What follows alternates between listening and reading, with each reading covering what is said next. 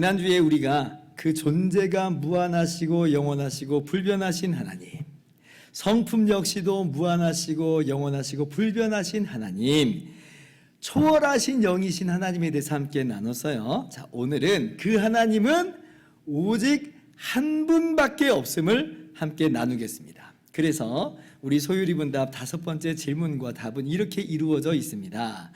하나님 한 분 외에 다른 신들이 있습니까? 답을 한번 여러분 읽어볼까요? 시작. 살아계시며 참되신 하나님께서는 오직 유일하게 한 분뿐이십니다. 네, 성경이 이렇게 분명하게 이야기한다는 거죠. 신명기 6장 4절 우리가 함께 읽었던 말씀이에요. 이스라엘아 들으라, 우리 하나님 여호와는 오직 유일한 여호와이시니. 두말하면 잔소리죠. 우리한테는. 우리가 믿는 하나님은요, 여러 하나님 중에 한 분 아니고 유일무이한 하나님이세요. 오늘 이 말씀을 여호와라고 하는 하나님이 한 분인 거지 뭐 또 다른 하나님이 있는 것 아니겠느냐, 이렇게 오해해서는 절대로 안 됩니다. 그건 성경을 전체적으로 못 보고 있는 거예요. 그 앞에 신명기 6장 말씀을 우리가 읽었는데 신명기 4장 보면 분명하게 이야기를 하고 있어요. 신명기 4장 39절, 그런즉 너는 오늘 위로 하늘에나 아래로 땅에 오직 여호와는 하나님이시요 다른 신이 없는 줄 알아 명심하고. 모세가 성령의 감동하심으로 백성들에게 어떻게 가르쳐주고 있어요? 다른 신은 없다, 다른 신들은 다 우상이다, 거짓이다 라고 하는 것을 분명하게 이야기하고 있어요. 그래서 여러분 이 10계명 1계명을 좀 삐딱하게 보시는 분들이 간혹 있어요. 1계명 뭐예요? 신명기 5장 7절에 나왔는데 한번 성경도 보세요. 나 외에는 다른 신들을 내게 두지 말지니라. 이게 1계명이에요. 그러니까 삐딱하게 보는 분들 어떻게 봐요?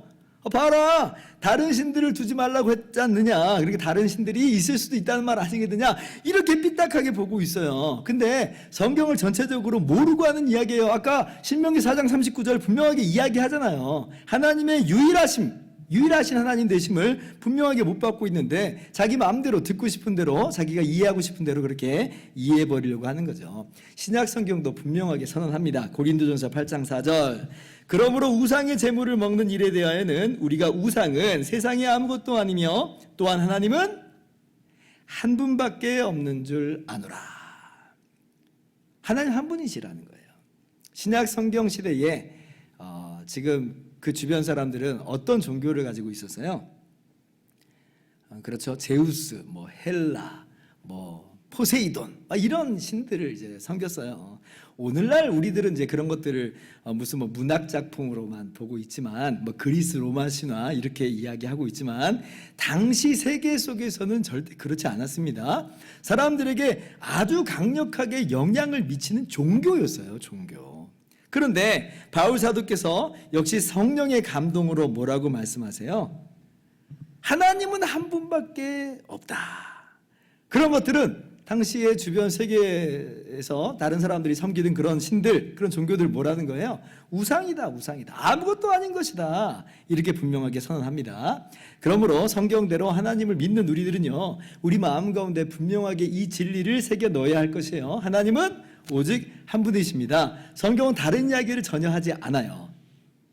뭐 이 자리에 있는 우리들이야 뭐 다 알고 있는 그런 내용들인데, 그런데 이제 오늘날 우리가 살아가는 세상 속에서는 어때요? 이 말이, 우리가 이렇게 붙잡고 있는 이 진리가 좀 독선적으로 들릴 수도 있고 배타적인 말처럼 들릴 수도 있을 거예요. 그렇죠? 그 사람들 어떻게 들리겠어요? 우리가 믿는 신들은 다 거짓말이라는 거야? 다 우상이라는 거야? 이렇게 들릴 수밖에 없어요. 그죠? 당연히 이제 그렇죠.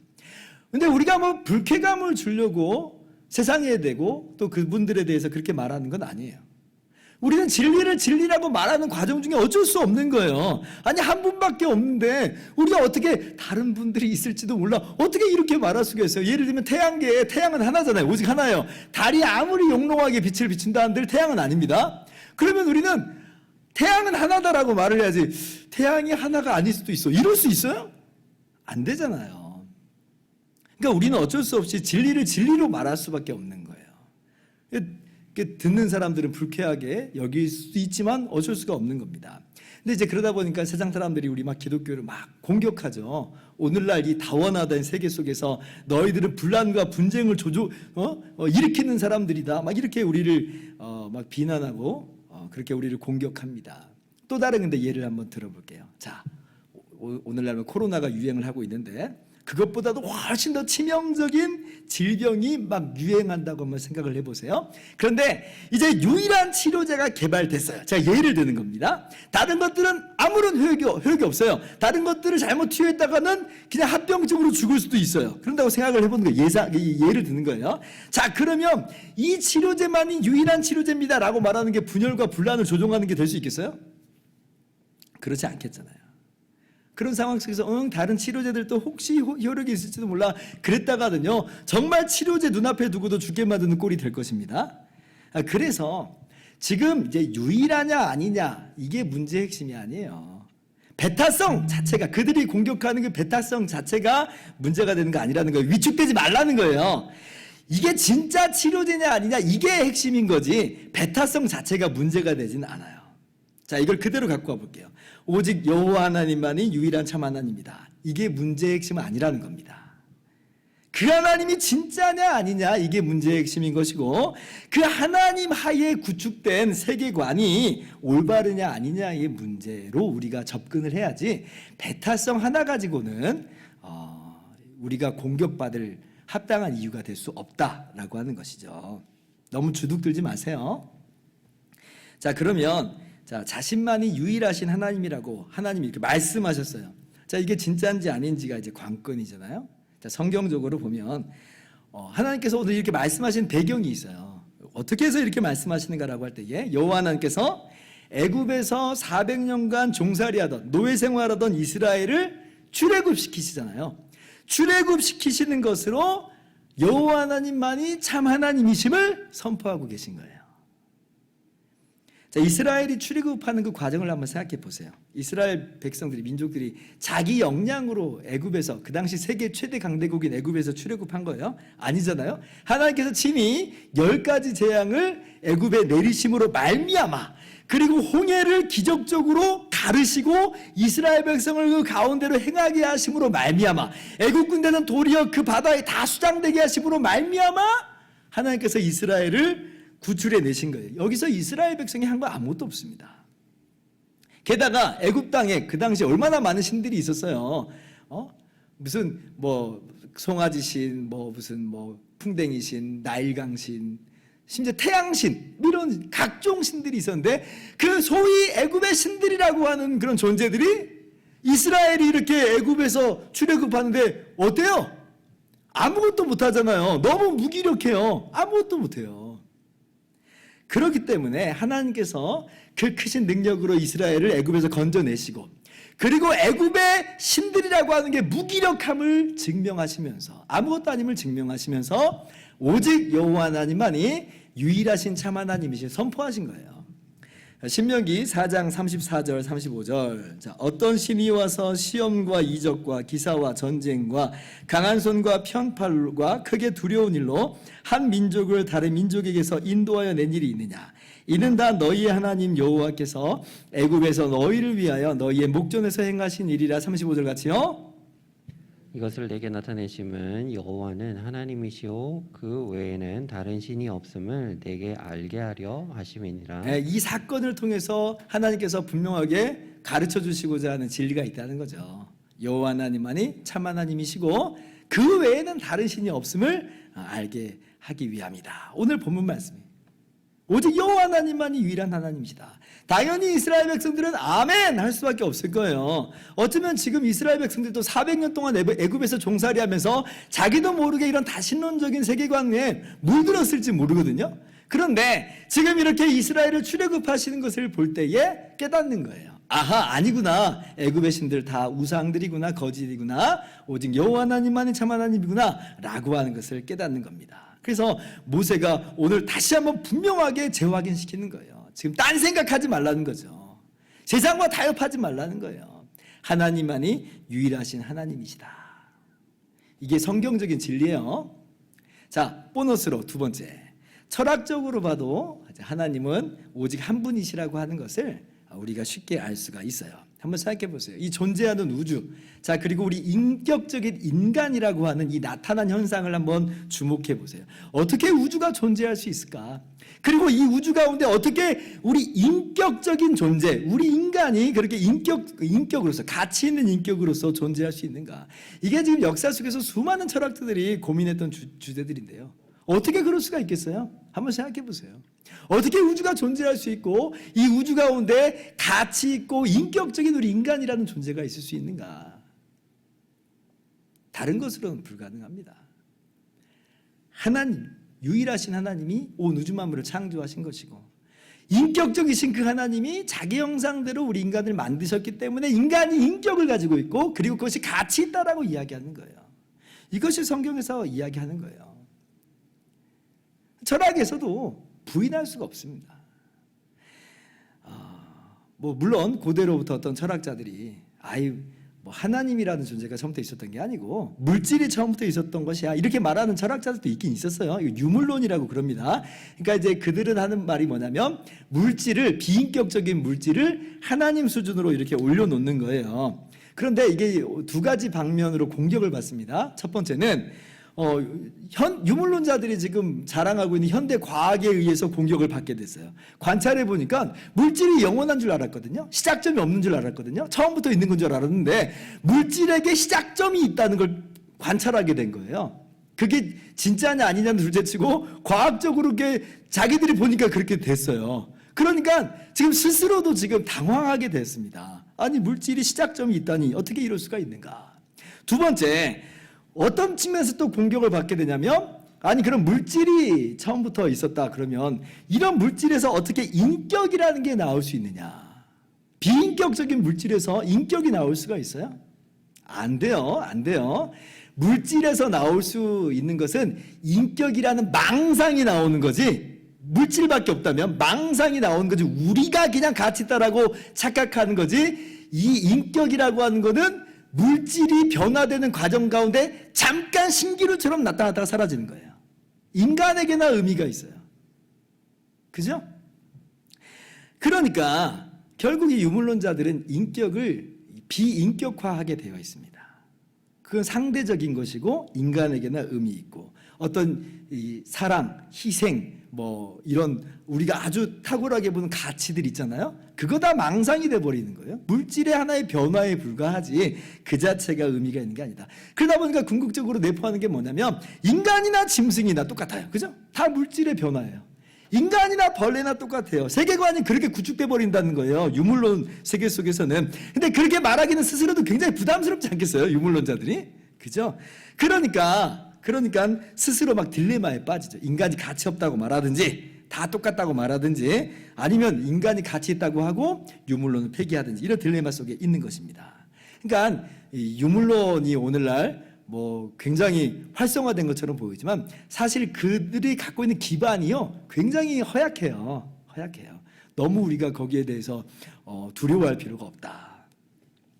하나님만이 한 분이시기 때문에 이 세상이 존재하는 것이고 인격적인 인간들이 가치 있는 의미와 도덕과 윤리가 있을 수 있는 거예요. 그래서 고대로부터 철학자들의 대세는요 유물론 아니에요. 유물론일 수가 없는 거예요. 대세는 유신론입니다. 유신론. 그럼 목사님 어쨌든 그러면 하나님이 존재한다는 건 알겠는데 그럼 하나님 있고 한 분이라고 하라는 그런 보장은 없잖아요. 두 분이든지 여러 분이든지 그럴 수도 있는 거 아닙니까? 이렇게 또 물어보는 사람들이 있을 수 있어요. 이런 입장을 다신론이라고 그럽니다. 예를 들면 선신과 악신이 있을 수 있다. 그런 종교가 있어요. 그리스 로마 신화만 해도 얼마나 많은 신들이 있어요. 자, 근데 이것도 굉장히 취약해요. 우리가 생각을 깊게 안 해봐서 그렇지 생각해보면 그렇습니다. 자, 거시적으로 한번 보세요. 이 우주를 볼 때 이 우주의 모양은 어떠냐면 굉장히 조화롭고 질서정연한 단일한 우주예요. 그런데 이 우주가 여러 개의 그런 신적 기원을 가질 수 있느냐? 여러 개의 기원을 갖기에는 이 우주가 너무나도 확고부동하고 오묘하고 질서정연하고 조화롭게 운영되고 있어요. 큰 틀에서 보면 그렇다는 거예요. 이 법칙들이 변화되거나 깨지질 않아요. 어떻게 근데 기원이 신적인 존재가 둘, 셋, 넷 이럴 수 있을 수 있겠느냐? 자, 두 번째. 신들이 여럿 있다? 그러면 그 신들 간의 역학관계 어떻게 우리가 바라봐야 될 것인가? 그리고 과연 그것이 영원 불변한 관계일 것인가 따져봐야 돼요. 자, 생각해 보세요. A라는 신이 있고 B라는 신이 있어요. 그럼 A라는 신은 적어도 B라고 하는 신의 영역에 있어서는 전능하다고 말을 못합니다. 그렇죠? 이 B 외에서는 모르겠는데 B에 대해서는 할 말이 없어요. 만약 B마저도 A라고 하는 신의 영역 안에 들어가 버리면 B가 신이 아닌 거예요. A라는 신만 있는 거지 B는 신하예요. 신하.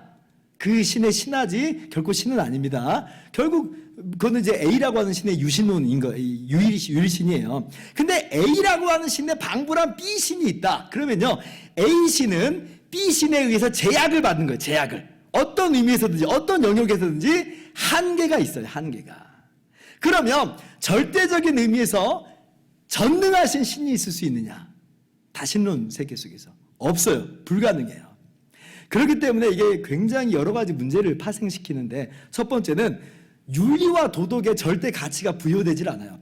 왜냐하면 이런 가치는 A라는 신에 속했기 때문에 A 안에서만 가치가 있는 거지 B라는 신 안에서는 가치를 획득할 수가 없습니다. 그렇죠? 영역이 구분돼 버렸어요. 그러니 상대적인 가치에 불과하다. 자, 근데 이 상황 속에서 보세요. 내가 속한 신을 따라서 나는 이런 가치관을 갖고 따른다. 나는 내 신을 따라서 이런 가치관을 따른다. 그러면 그 두 가치관이 충돌되겠어요? 안 되겠어요? 충돌되는 거예요. 충돌이 일어날 수밖에 없어요. 때로는 그래서 어떤 한편이 무너지고 어떤 한편이 없어지기도 막 하고 그래요. 그러면 이게 뭐예요? 이 균형이 영원하지 않아요. A와 B의 균형이 항상 조화롭게 갈 수가 자지 않는다는 거예요. 깨지기 마련이에요. 이 말은요. 신들 간의 전쟁이 벌어지는 겁니다. 신들 간의 균형이 깨져요. 강한 쪽이 이기는 거예요. 그래서 다신교 세계관 보면 항상 뭐가 있어요? 신들 간에 싸움이 있어요. 싸움이. 있을 수밖에 없어요. 지금은 어떤 신이 우세한지 모르지만 나중에는 또 모르는 일이에요. 그리스 로마 신화도 한번 보세요. 제우스가 우리는 주신 최고 신인 것만 알고 있잖아요. 근데요. 그 신화를 잠잠히 들여다보면 제우스 이전에 제우스 아빠가 주신이었어요. 크로노스. 근데 크로노스 이전에 또 다른 주신이 있었어요. 우라노스. 그래서 신들의 계보가 있고 신들 간에 서열이 있고 위열이 있고 언제든지 뒤집어질 수도 있어요. 지금 제우스가 영원할까? 아니 그 장담 못한 일이 돼버린 거예요.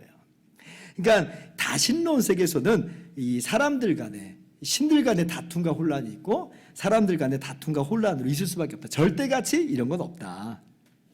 우리 쪽 가치를 확장하는 것밖에 없는 거예요. 그렇기 때문에 유물론도 물론이고 다신론도 그 안에서 구축되는 세계관이라고 하는 건요. 얼마나 이렇게 허약한지 얼마나 그리고 정말 부질없는지를 우리가 볼 수 있는 거죠. 따라서 여러분 철학적으로도 제가 오늘 철학적으로 얘기를 많이 하고 있는데 철학적으로도 마찬가지입니다. 우주의 이 기원을 이야기할 때는 하나의 기원을 이야기하는 게 대세라고 그렇잖아요. 그렇지 않으면 질서가 부정되거든요. 암만 자기들이 생각해도 그래요. 물론 철학자들이 인격적인 기원까지는 쉽게 말을 못해요.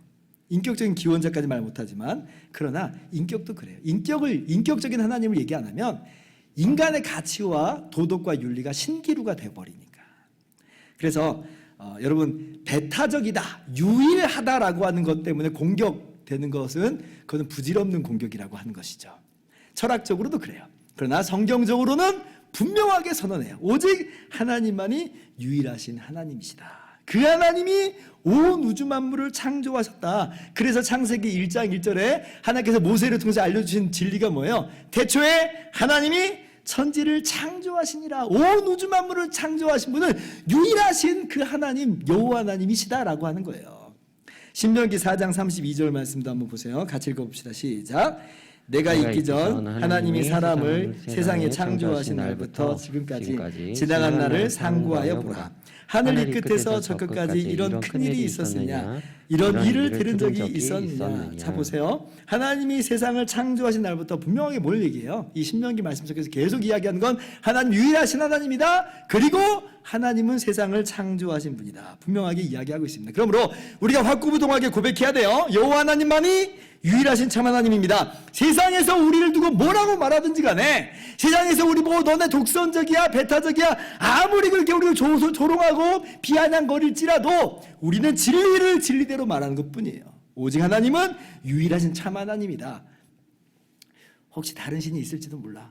그런 생각 다 버리세요. 다 버리세요. 그 비성경적인 것이에요. 그래서 우리는 성경적인 확고부동한 믿음 안에 서야겠습니다. 자, 그런데 성경에서 이제 말하는 신비가 뭐냐면 하나님은 유일하신 하나님인데 그런데 그 하나님은 또한 삼위일체 하나님이시다 라고 하는 것이 성경이 우리들에게 이야기해주는 바죠. 여러분, 유일신론 주장하는 종교는 우리 기독교 말고도 세상에 여러 종교들이 있어요.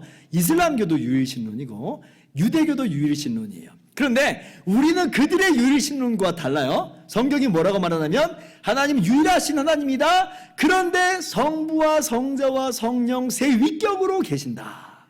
이게 성경의 이야기. 그래서 우리의 유일신론은요, 삼위일체 하나님이에요. 소율이 문답 6번이 분명하게 이제 그것을 가르쳐 주고 있죠. 성경을 따라서. 자, 하나님에게는 몇 위격이 계십니까? 여러분 한번 답을 읽어볼까요? 시작. 하나님에게는 세 위격이 계시니 성부와 성자와 성령이시고 이 세 위격에게서는 한 하나님이시며 본질에 있어 같으시고 능력과 영광에 있어 동등하십니다. 자, 한 하나님이에요. 그죠? 그런데 세 위격이 계신다. 성부, 성자, 성령의 세 위격이 계신다. 그렇다고 세 하나님 아닙니다. 한 하나님이라고 분명하게 이야기해요. 그죠? 세 하나님이라고 말하면 안 돼요. 자, 근데 그럼 성부가 하나님의 일부고 성자가 하나님의 일부고 성령이 하나님의 일부인가? 아니에요. 성부가 참 하나님이고 성자가 참 하나님이고 성령이 참 하나님이시다. 본질에 있어서 같다. 본질에 있어서 참 하나님이시다 이 말이에요. 이것이 성경의 이야기입니다. 참 신비죠. 하나님은 하나이시나 세 위격으로 계신다. 이건요, 이 세상 어디에서도 찾아볼 수 없는 진리예요. 오직 성경을 통해서 하나님께서 이렇게 말씀하여 주셨기 때문에 우리가 그렇게 알게 된 거고 믿고 고백하는 거예요. 이 내용을 우리가 얼마 전에 니케아 신조 때 세세하게 다뤘기 때문에 오늘은 그렇게 많이 말씀드리진 않겠습니다. 관련 성경 말씀만 다시 우리 기억을 새롭게 하는 측면에서 보도록 할게요. 마태복음 28장 19절 같이 읽읍시다. 시작. 그러므로 너희는 가서 모든 민족을 제자로 삼아 아버지와 아들과 성령의 이름으로 세례를 베풀고. 자, 여기 보세요.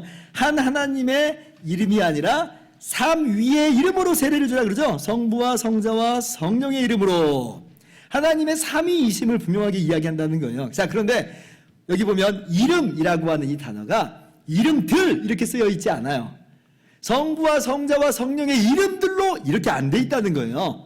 성부와 성자와 성령의 이 이름 단수로 쓰여 있어요.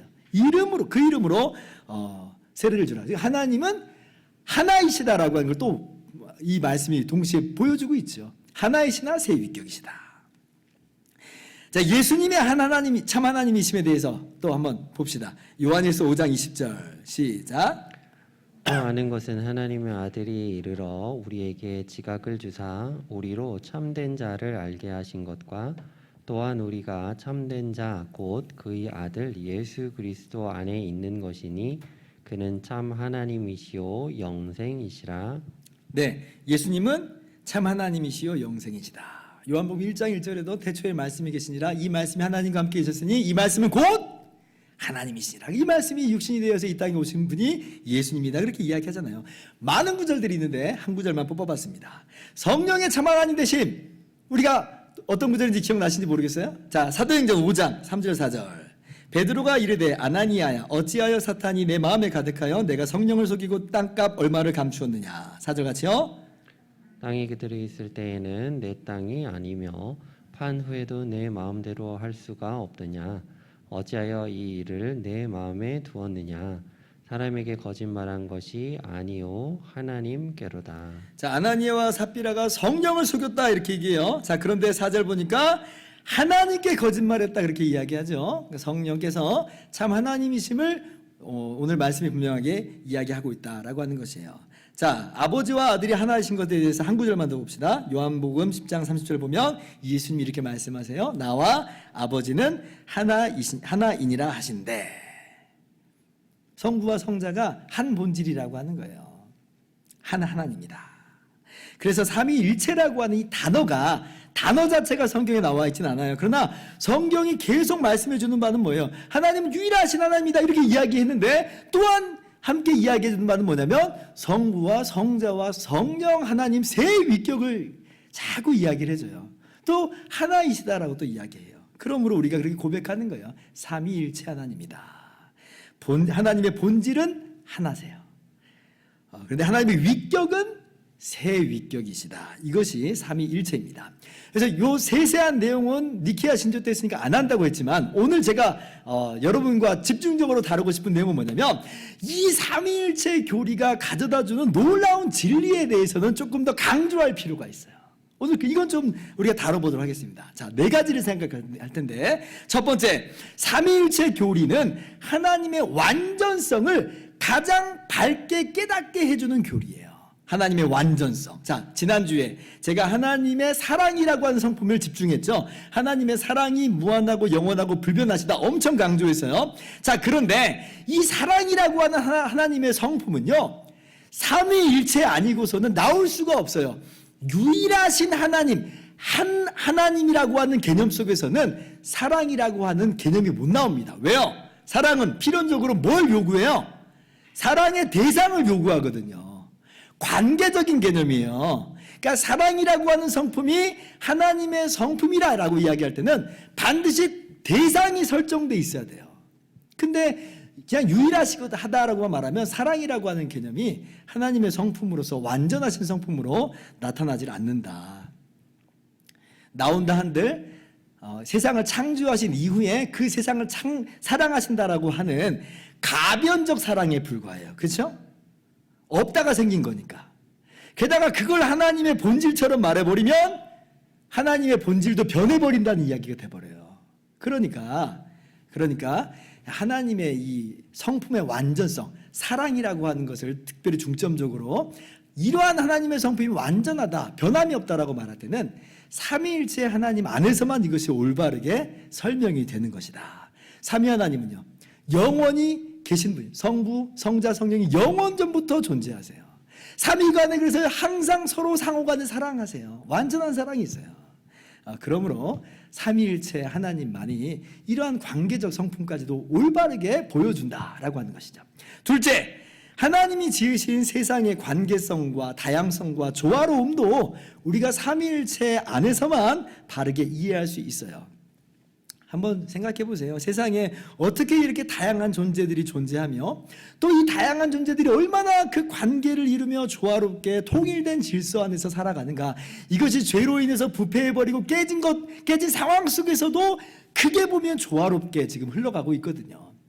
근데 하물며 죄로 인해서 부패하기 전에는 얼마나 이게 조화로운 세상이었는가 우리가 생각해 볼 수가 있어요. 어떻게 그럼 그것이 있을 수 있는가 할 때에 하나님의 삼위일체이심이기 때문에 그렇기 때문에 이 모든 것이 하나님께로부터 비롯된다는 것을 우리가 알 수 있어요. 이 모든 다양성, 이 모든 관계성, 이 모든 조화로움, 이 모든 질서가 삼위 하나님의 조화와 삼위 하나님의 관계 속에서 이미 나타나 있거든요. 그게 이 창조 세계 속에서 제시되고 드러난 것이다. 자, 셋째, 정말 가장 기가 막힌 이 삼위일체의 신비가 뭐냐면 이 삼위일체 신비 속에서 하나님이 얼마나 우리를 사랑하신지를 진짜 우리가 분명하게 깨닫게 되는 거예요. 자, 예전에는 하나님께서 하나님의 아들을 보내신 것으로, 그래서 하나님의 아들이신 예수님께서 대신 십자가에서 죽으신 것으로 우리를 향하신 하나님의 사랑이 얼마나 크고 더 깊고 완전한가, 우리가 그걸 이해를 했습니다. 맞아요. 아들을 주신다는 건 그야말로 다 주신 거니까 아들을 주신 사랑 안에서 우리는 완전한 사랑을 보아요. 자, 그런데 여기에 반론들이 여러 번 있을 수 있어요. 어떤 반론이 있을 수 있냐면 역사를 보니까 로마 황제도 마찬가지예요. 자기 아들이라고 해서 그렇게 사랑하지만은 않더라고요. 자기 아들도 서슴없이 죽이는 황제들이 얼마나 많은지 몰라요. 근데 아들을 줬다고 해서 그게 완전한 사랑이라고 증명이 되냐라고 말할 때 인간 역사를 보니까 안 그런 것을 너무나 많이 보는 거예요. 그죠? 얼마 전에 어벤져스 엔드게임이라고 하는 그런 영화가 개봉이 된 적이 있어요. 그 영화도 그렇더라고요. 거기 보면 타노스, 혹시 보셨어요? 안 보셨죠? 타노스라고 하는 우주 최고의 악당이 있어요. 근데 이 타노스가 자기의 뜻을 이루려고 해요. 자기의 뜻을 이루려고 하는데 이것을 이루기 위해서는 반드시 어떤 이 돌을 획득해야 되는데 그 돌을 획득하기 위해서는 자기가 제일 사랑하는 존재를 바쳐야 된대요. 그래서 누굴 바치냐면 자기의 사랑하는 수양딸을 눈물을 흘리면서 바쳐요. 그래서 자기의 뜻을 이룹니다. 잘 생각해 보세요. 이 타노스가 무슨 짓을 한 거냐면 자신의 목적을 이루기 위해서 사랑한 딸을 바친 거에 불과해요. 그러니까 이 자녀를, 자기 수양딸을 사랑하는 것이 도구화될 수 있다는 거예요. 도구화. 하나님이 우리를 사랑하신다라고 할 때, 아들을 보내시기까지 사랑하신다라고 할 때 하나님의 목적을 이루기 위해서 그냥 수단으로 하신 거네, 도구화시킨 거네, 이렇게 격화시켜버릴 수 있다는 거예요. 아들을 내보내신 사랑을. 영화들이 보여주고 있어요, 그런 내용을. 자, 그런데 삼위일체라고 할 때 이게 무슨 내용이 되는 거예요? 단순히 하나님의 아들을 보내셨다 이렇게만 말하는 게 아니라 그것도 분명한 진리고, 그런데 삼위일체의 이런 빛 안에서 하나님께서 친히 자신을 내어주신 거예요. 그러니까 하나님은 완전한 사랑으로 우리를 사랑하셨다라고 하는 것을 이렇게도 설명을 할 수 있는 것이에요. 그래서 어떤 사람들이 그냥 이렇게 얘기했잖아요. 아니, 왜 아들 예수님을 왜 보내셔? 자기가 가시면 가시지. 이렇게 불경건하게 생각하는 사람들이 있어요. 그런데요, 그렇지 않다는 거죠. 삼위일체 하나님이심으로 성자를 보내신 것은 하나님이 친히 오신 것이고 하나님이 친히 우리를 위해서 죽으신 것이다. 그래서 성부가 십자가에서 죽으셨다 이런 말은 옳지 않지만 하나님이 우리를 위해서 죽으셨다 이 말은 심지어 성경에 나와 있어요. 사도행전 20장 28절 보세요. 여러분은 자기를 위하여 또는 온 양떼를 위하여 삼가라. 성령이 그들 가운데 여러분을 감독자로 삼고 뭐라고 말해요? 하나님이 자기 피로 사신 교회를 보살피겠다. 하나님이 자기 피로 사신 교회다.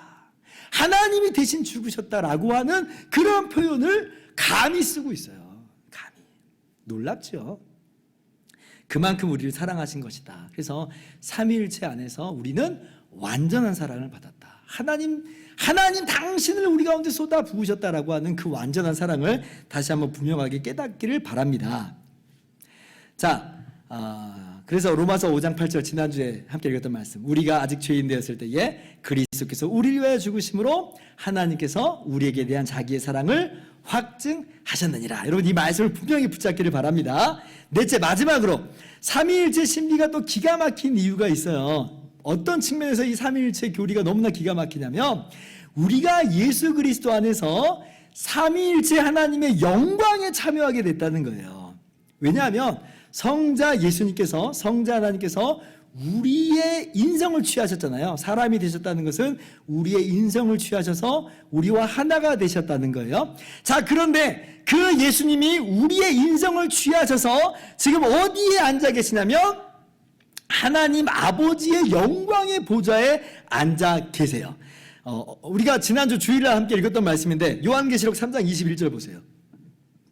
이기는 그에게는 내가 내 보좌에 함께 앉게 하여 주기를 내가 이기고 아버지 보좌에 함께 앉은 것과 같이 하리라.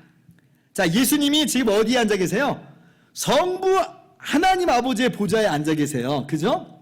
그런데 그 보좌에 누가 함께 앉게 된다는 거예요? 우리가 그리스도 안에서 우리가 성부 하나님의 영광의 보좌에 함께 앉혀졌다라고 하는 이 놀라운 이야기를 예수님께서 말씀하고 계세요. 굉장하죠. 어떻게 우리가 이런 영광 가운데 나갈 수 있게 됐는가? 다름 아니라 성자 하나님께서, 삼위일체 하나님께서 우리의 인성을 취하시고 그렇게 우리를 위해서 대신 죽으시고 부활하심으로 우리를 끌고 하나님의 영광의 보좌에 함께 앉히시는 거예요. 우리가 뭐 하나님이 된다는 말 아닙니다만은 하나님의 영광에 참여하게 된다. 왕노릇함에 참여하게 된다. 이것이 바로 삼위일체가 우리 가운데 가져다주는 놀라운 비밀입니다. 여러분, 이 은혜를 우리가 받은 거예요. 유일하신 참 하나님 그리고 삼위일체이신 하나님께서 우리를 죄와 사망 가운데에서 건지심으로 말미암아 그런 완전한 사랑을 우리 가운데 베풀어 주셨고 하나님의 영광 가운데로 우리를 참여하게 하셨다. 완전한 사랑이요, 완전한 영광이요, 이것이 우리가 받은 복과 은총일진데 그렇다면 우리가 어떠한 모습으로 나가야 될 것인가? 오늘 말씀의 결론입니다. 우리가 신명기 6장 4절 5절을 읽었잖아요. 5절에 그래서 뭐라고 말해요? 너는 마음을 다하고 뜻을 다하고 힘을 다하여 내 하나님 여호와를 사랑하라. 하나님을 사랑하라. 하나님을 사랑하는 게 마땅하다는 거예요. 유일하신 하나님, 창조주 하나님이시기 때문에 사랑하는 것을 넘어서서 그 하나님이 삼위일체 안에서 우리를 얼마나 사랑하시는지, 얼마나 우리를 복된 영광 가운데 두신지를 깨달을 때에 우리는 하나님을 사랑하지 않을 수가 없다. 하나님을 사랑하는 저와 여러분 되기를 바랍니다.